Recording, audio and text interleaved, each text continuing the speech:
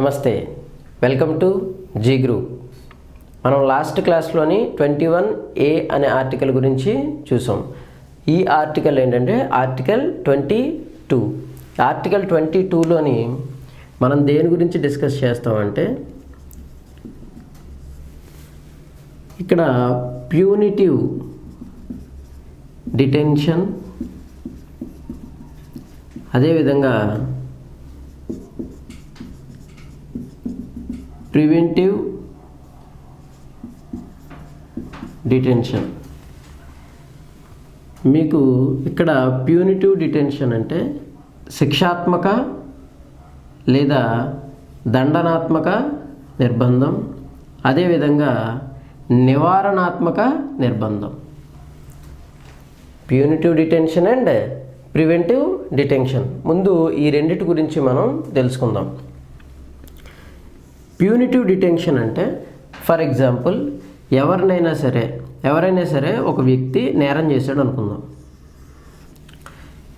ఈ నేరం చేసినటువంటి వ్యక్తిని తీసుకొని వెళ్ళి మనం ఏం చేస్తాం, ప్రాసిక్యూట్ చేసి ఒకవేళ ఆ నేరం అతడే గనక చేసినట్లయితే అతన్ని తీసుకొని వెళ్ళి ఎక్కడ పెడతామండి, జైల్లో పెడతాం. అంటే అది ప్రూవ్ అవ్వాలి. ఇది ప్యూనిటివ్ డిటెన్షన్ అన్నమాట. దండనాత్మక లేదా శిక్షాత్మక నిర్బంధం అంటాం. ప్రివెంటివ్ డిటెన్షన్ అంటే ఏంటంటే ఫర్ ఎగ్జాంపుల్ ఒక వ్యక్తి దేశ భద్రత లేదా రాష్ట్ర భద్రత దృష్ట్యా ఒకవేళ అతను గనక ఏదైనా ఒక చర్యకు పాల్పడితే అది లా అండ్ ఆర్డర్కి ప్రాబ్లం కలిగిస్తుంది అని గనక ప్రభుత్వం భావించినట్లయితే ఈయనని ఏం చేస్తారంటే అరెస్ట్ చేయరు, జస్ట్ హౌస్ అరెస్ట్ లాగా ఒక నిర్బంధంలోనికి తీసుకుంటారనమాట. ఈయన మీద కేసు అది ఏం పెట్టరు, ఏమి చేయరు, జస్ట్ ఈయన ఏం చేస్తారంటే నిర్బంధిస్తారు. ఇదేంటంటే ప్రివెంటివ్.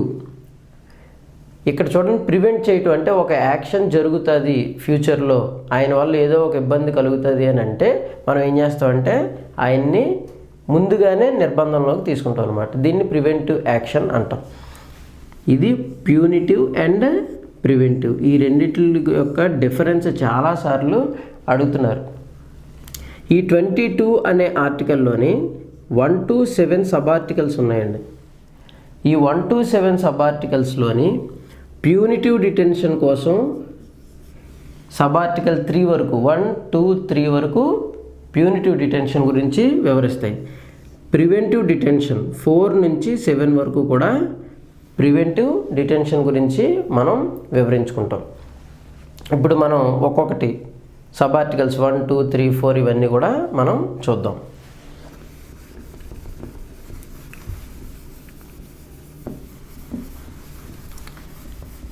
Article 22 of 1.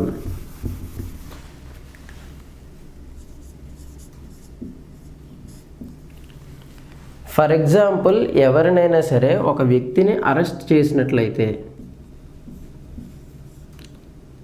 ఒకవేళ మనం కనుక అరెస్ట్ చేస్తే ఆయనకి మీరు ఎందుకు అరెస్ట్ చేశారు అనేటువంటి విషయాన్ని ఎంత వీలైతే అంత తొందరగా చెప్పాలి. అది ఆయన యొక్క రైట్. అదేవిధంగా ఆయన యొక్క లాయర్ ఎవరైతే ఉన్నారో ఈ లాయర్ని ఆయన సంప్రదించవచ్చు, అంటే సలహాలు సూచనలు తీసుకోవచ్చు. అదేవిధంగా ఆయనకి తగ్గట్టుగా ఆయన వాదించుకునేటువంటి అవకాశాన్ని కూడా మనం కల్పించాలి. ఇది 22 ఆఫ్ 1 ఆర్టికల్ మనకి వివరిస్తుంది. అదేవిధంగా ఆర్టికల్ 22 ఆఫ్ 2 ఆర్టికల్ 22 ఆఫ్ 2 దేని గురించి చెప్తుందంటే ఫర్ ఎగ్జాంపుల్ ఎవరినైనా సరే మనం అరెస్ట్ చేసాం అంటే మనం అరెస్ట్ చేయండి, పోలీసులు అరెస్ట్ చేస్తారు. సో ఈ అరెస్ట్ చేసినటువంటి వ్యక్తిని 24 గంటలలో మెజిస్ట్రేట్ కోర్టు యందు మనం హాజరుపరచాలి. చాలా ఇంపార్టెంట్ క్వశ్చన్. పంచాయతీ సెక్రటరీలు కానీ ఎస్ఐ కానిస్టేబుల్ ఎగ్జామ్స్ ఏవైతే మీరు రాస్తున్నారో వాటిల్లో ఈ యొక్క అవర్స్ అడుగుతున్నాడు, ఎన్ని అవర్స్ అని చెప్పి. 24 అవర్స్లో మనం మెజిస్ట్రేట్ కోర్టులోని హాజరుపరచాలి. ఇక్కడ ఒక చిన్న కండిషన్ ఉంది, అంటే టర్మ్స్ అండ్ కండిషన్స్ అనుకోవచ్చు. ఈ 24 అవర్స్లోని ఫర్ ఎగ్జాంపుల్ ఏదైనా ఒక వెహికల్ తీసుకొని మనం ఈ వ్యక్తిని మెజిస్ట్రేట్ కోర్టుకి తీసుకొని వెళ్తాం. ఆ తీసుకొని వెళ్ళేటువంటి ట్రావెలింగ్ డిస్టెన్స్ ఉంది కదా, ఈ డిస్టెన్స్కి పట్టినటువంటి టైం ఏదైతే ఉందో ఈ time దీనిలోంచి మినహాయిస్తారు.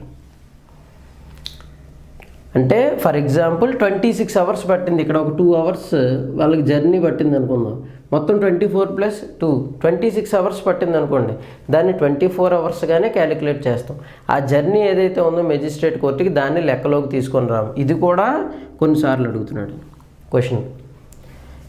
At the same way ఈ 24 అవర్స్ని మనం ఎక్స్టెండ్ చేయొచ్చా? అంటే 24 అవర్స్ కంటే ఎక్కువ మనం ఆయన్ని రిమాండ్లో ఉంచవచ్చు. అంటే ఎక్కడ మెజిస్ట్రేట్ కోర్టుకి ఆయన పంపించుకుంటూ ఉండొచ్చు అంటే ఎస్, పంపించుకుంటూ ఉండొచ్చు. కానీ ఇక్కడ మెజిస్ట్రేట్ కోర్టు నుంచి మనం ఏం తెచ్చుకోవాలి? పర్మిషన్ తెచ్చుకోవాలి. మేము ఇంకా ఈయన్ని ఇక్కడే రిమాండ్లోనే ఉంచుతున్నాము, ఇక్కడ స్టేషన్లో ఉంచాలి, మేము తీసుకురావడానికి కొన్ని కారణాల రీత్యా అవ్వట్లేదు అని చెప్పి మెజిస్ట్రేట్ కోర్టు నుంచి మీరు పర్మిషన్ తెస్తేనే 24 అవర్స్ కంటే కొంచెం ఎక్స్టెండ్ చేయొచ్చు. అది కొన్ని అవర్స్ అని ఇస్తుంది మెజిస్ట్రేట్ కోర్టు, ఆ ప్రకారం ఇవ్వాలి తప్ప లేదంటే మనం ఎట్టి పరిస్థితిలోని 24 గంటల్లో తీసుకుని వెళ్ళి కోర్టులో హాజరుపరచాలి. ఇది ఆర్టికల్ 22(2). ఇది కూడా మన యొక్క రైట్. అదేవిధంగా 22(3). ఈ 22(3)లోని 2 ఆర్టికల్స్ ఉన్నాయండి. ఫస్ట్ 22(3)(a)లోని ఏం చెప్తుందంటే, మీకు దేశానికి కొన్ని శత్రు దేశాలు ఉంటాయి. మన భారతదేశానికి శత్రు దేశాలు ఏవైతే ఉన్నాయో ఈ శత్రు దేశాల యొక్క వ్యక్తులు ఎవరైతే ఉన్నారో వారు, అదేవిధంగా నేను ప్రివెంటివ్ డిటెన్షన్ చెప్పాను, నివారక నిర్బంధం గురించి చెప్పాను. ఈ నివారక నిర్బంధంలోంచి ఎవరినైతే మనం తీసుకొని వెళ్ళి జస్ట్ అరెస్ట్ చేసి ఉంచామో వీళ్ళు ఈ ఇద్దరు కూడా ఈ 22(1) అండ్ 22(2) ఈ రెండు కూడా వీరిద్దరికీ వర్తించవు. అంటే శత్రు దేశానికి సంబంధించినటువంటి వ్యక్తి ఎవరైతే ఉన్నారో ఆయనకి 24 గంటల నిబంధన, లేదంటే ఆయన లాయర్ని సంప్రదించేటువంటిది అది ఉండదు. At the same way preventive కోసం, అంటే నివారక కోసం, అంటే ఏదైనా ఒక చర్య జరగకుండా ఉండడం కోసం మనం ఏదైతే అరెస్ట్ చేసామో ఈ నిర్బంధంలో ఉన్న వ్యక్తి కూడా మెజిస్ట్రేట్ కోర్టులో హాజరుపరచాల్సిన అవసరం లేదు.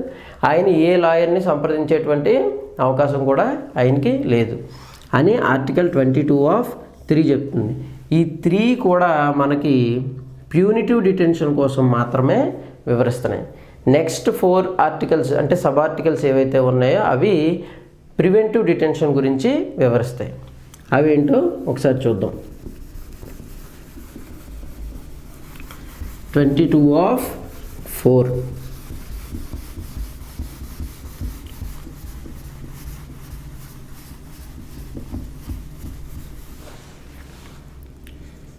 ఆర్టికల్ 22(4). ఫర్ ఎగ్జాంపుల్ మీరు ఏం చేస్తున్నారండి, ఒక వ్యక్తిని ఏదో ఒక చర్య జరుగుతుంది కదా అని చెప్పి మీరు ఆయన్ని ప్రివెన్షన్ కోసం ఆయన్ని డిటెన్షన్ చేశారు, నిర్బంధించారు.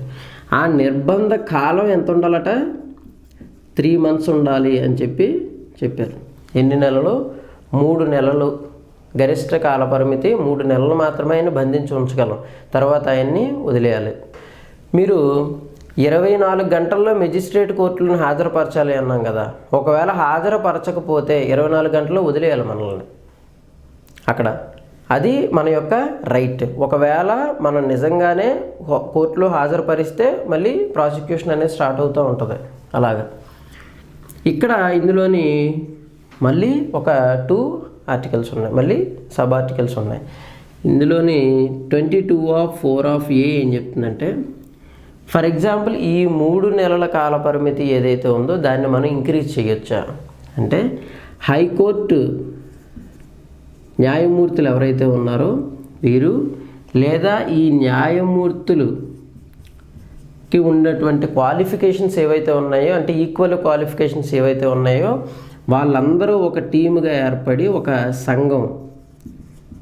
సంఘంగా ఏర్పడ్డారనుకోండి, ఆ సంఘం యొక్క సలహాని తీసుకొని ఈ 3 months టైం ఏదైతే ఉందో, డిటెన్షన్ టైం ఏదైతే ఉందో దాన్ని మనం ఎక్స్టెండ్ చేసుకోవచ్చు. 3 నెలల కంటే కొంచెం ఎక్కువ కాలం కూడా మనం నిర్బంధంలోకి తీసుకోవచ్చు వాళ్ళని.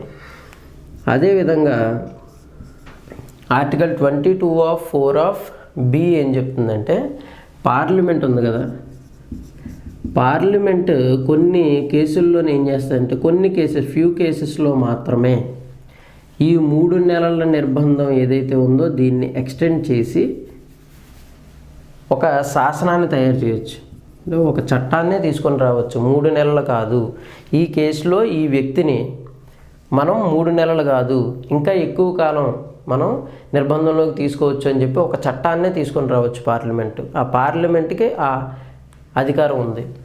అదేవిధంగా 22(5) ఈ ఆర్టికల్ 22(5) ఏం చెప్తుందంటే, ఫర్ ఎగ్జాంపుల్ అంటే మీరు చూడండి, ఈ 3 నెలల కాల పరిమితిలోనే ఆయన తీసుకొని వచ్చి నిర్బంధంలో తీసుకొని ఇవన్నీ జరిగినప్పటికీ ఆయనకి మనం ఆ యొక్క ఎందుకు ఆయన్ని అరెస్ట్ చేసామనే విషయాన్ని ఆయనకి చెప్పాలి. అదేవిధంగా ఆయన గవర్నమెంట్కి ఎగెనెస్ట్గా, మరి గవర్నమెంటే కదా ఆయన నిర్బంధంలో తీసుకుంది, ఎగెనెస్ట్గా ఆయన పిటిషన్ వేసుకునేటువంటి అవకాశాన్ని కూడా కల్పించాలి. గవర్నమెంట్కి ఎగెనెస్ట్గా పిటిషన్, అది మన యొక్క హక్కు, ఆ వ్యక్తి యొక్క హక్కు అన్నమాట. అదేవిధంగా మీరు చూస్తే 22(6) ఆర్టికల్ 22(6) ఏం చెప్తుందంటే, ఇక్కడ గమనించండి, ఇక్కడ ఖచ్చితంగా ఆయన్ని ఎందుకు అరెస్ట్ చేసామని చెప్తాం కదా, ఖచ్చితంగా చెప్పాలని 22(5) చెప్పింది. కొన్నిసార్లు ఒకవేళ ఆయనతో అలా డిస్కషన్ అండ్ డిబేట్ పెట్టి ఆయనకి చెప్పాలి అనేటువంటి అవకాశం లేదనుకోండి, అక్కడ అంటే చెప్పకూడదు, అంటే దేశ భద్రత దృష్ట్యా లేదంటే రాష్ట్ర భద్రత దృష్ట్యా ఆయనకి ఆ యొక్క రీజన్ చెప్పాల్సిన అవసరం లేదు, డైరెక్ట్గా నిర్బంధంలోకి తీసేసుకోవచ్చు అంటే ఎస్ తీసుకోవచ్చు అనమాట. ఇలాగా చెప్పాల్సిన అవసరం లేదు ఆయనకి, మిమ్మల్ని ఈ విధంగానే అంటే ఈ కారణాల చేతే మిమ్మల్ని నిర్బంధంలోకి తీసుకున్నాం అని చెప్పాల్సినటువంటి అవసరం కూడా మనకి లేదు అని ఆర్టికల్ 22(6) చెప్తుంది. అదేవిధంగా ఆర్టికల్ 22(7) దేని గురించి చెప్తుందంటే, ఇందులో 3 సబ్ ఆర్టికల్స్ ఉన్నాయి. మళ్ళీ ఈ 3 సబ్ ఆర్టికల్స్ ఏంటంటే 22(7)(a) ఏం చెప్తుందంటే, పార్లమెంట్ ఈ సలహా సంఘం ఏదైతే ఉందో లేదా న్యాయ సంఘం ఏదైతే ఉందో ఈ సలహా సంఘం యొక్క సూచనలు తీసుకోకుండానే 3 నెలల కాల పరిమితిని పెంచేటువంటి చట్టాలని పార్లమెంట్ తీసుకొని రావచ్చు. అంటే ఖచ్చితంగా సలహా సంఘం యొక్క సలహా తీసుకోవాలి అని మాత్రం లేదు. అదేవిధంగా ఈ గరిష్ట కాల పరిమితి ఏదైతే ఉందో 3 months అనేది, ఆ యొక్క కాల పరిమితిని మనం ఎక్స్టెండ్ చేయవచ్చు. ఆ ఎక్స్టెండ్ చేసేటువంటి చట్టాలని తయారు చేయవచ్చు. అంటే పార్లమెంట్ అవ్వచ్చు, లేదంటే రాష్ట్ర శాసనసభలు అవ్వచ్చు. అదేవిధంగా ఆర్టికల్ 22(7)(c) ఈ ఆర్టికల్ 22(7)(c)లో ఏం పొందుపరిచారంటే, ఈ న్యాయ సంఘం ఏదైతే ఉందో వీళ్ళు విచారణ జరుపుతారు కదా, ఈ విచారణకు సంబంధించినటువంటి విషయాలు ఏవైతే ఉన్నాయో వాటికి సంబంధించిన వాటికి శాసనాలు తయారు చేయటం అంటే యాక్ట్స్ తయారు చేయటం గురించి ఆర్టికల్ 22(7)(c) అనేది ఇక్కడ మనకి ఈ యొక్క ఆర్టికల్లో ఉన్న సబ్ ఆర్టికల్స్ ఏవైతే ఉన్నాయో, ప్యూనిటివ్ అండ్ ప్రివెంటివ్ డిటెన్షన్స్ ఏవైతే ఉన్నాయో వీటిని ఎవరు అంటే పార్లమెంట్ ఏ రకంగా చేయొచ్చు, శాసనసభలు ఏ విధంగా చేయొచ్చు అనేది ఒక చిన్న క్లారిఫికేషన్ చెప్తున్నానండి. ఇక్కడ పార్లమెంటు ఉంది కదా, పార్లమెంటు ఈ ఆర్టికల్ని ఎలా ఉపయోగించుకుంటుందంటే దేశ భద్రతకు సంబంధించి కానీ లేదా విదేశీ వ్యవహారాల విషయంలో కానీ పార్లమెంట్ యాక్ట్ చేస్తుంది అంటే ఈ ఆర్టికల్ గురించి. అదేవిధంగా శాసనసభలు తీసుకున్నట్లయితే రాష్ట్రం యొక్క భద్రత, రాష్ట్ర భద్రతకు సంబంధించి కానీ, అదేవిధంగా మనకి నిత్యావసర వస్తువులు కానీ లేదా సరుకులు సంబంధించి సర్వీసెస్ ఏవైతే ఉన్నాయో వీటికి సంబంధించిన చట్టాలు ఏవైతే ఉన్నాయో ఆ టైంలో కానీ ఈ యొక్క నిబంధనలకు సంబంధించి శాసనసభ ఒక్కటే చూసుకోవద్దు, పార్లమెంటు మరియు శాసనసభ అసెంబ్లీ రెండు కలిపి ఉమ్మడిగానే నిర్ణయాలు తీసుకుంటాయి. వీటికి సంబంధించినటువంటి చట్టాలు తయారు చేయటం కూడా ఉమ్మడిగానే చేస్తాయి, ఒంటరిగా శాసనసభ చేయదు. ఇక్కడ దేశానికి సంబంధించిన విషయాల్లో మాత్రం పార్లమెంటు డైరెక్ట్గా చట్టాలని తయారు చేస్తూ ఉంటుంది. ఇక్కడ మనం అతి ముఖ్యమైనటువంటి విషయాన్ని ఒక దాని గురించి చెప్పుకోవాలి. ఆర్టికల్ 22 అనేది ఒకరికి వర్తించదు. అది ఎవరు అంటే మన యొక్క శత్రు దేశాలకు సంబంధించినటువంటి వ్యక్తులు ఎవరైతే ఉన్నారో వారికి ఆర్టికల్ 2 అనేది వర్తించదు. ఇది ఓవరాల్గా ఆర్టికల్ 22 గురించి.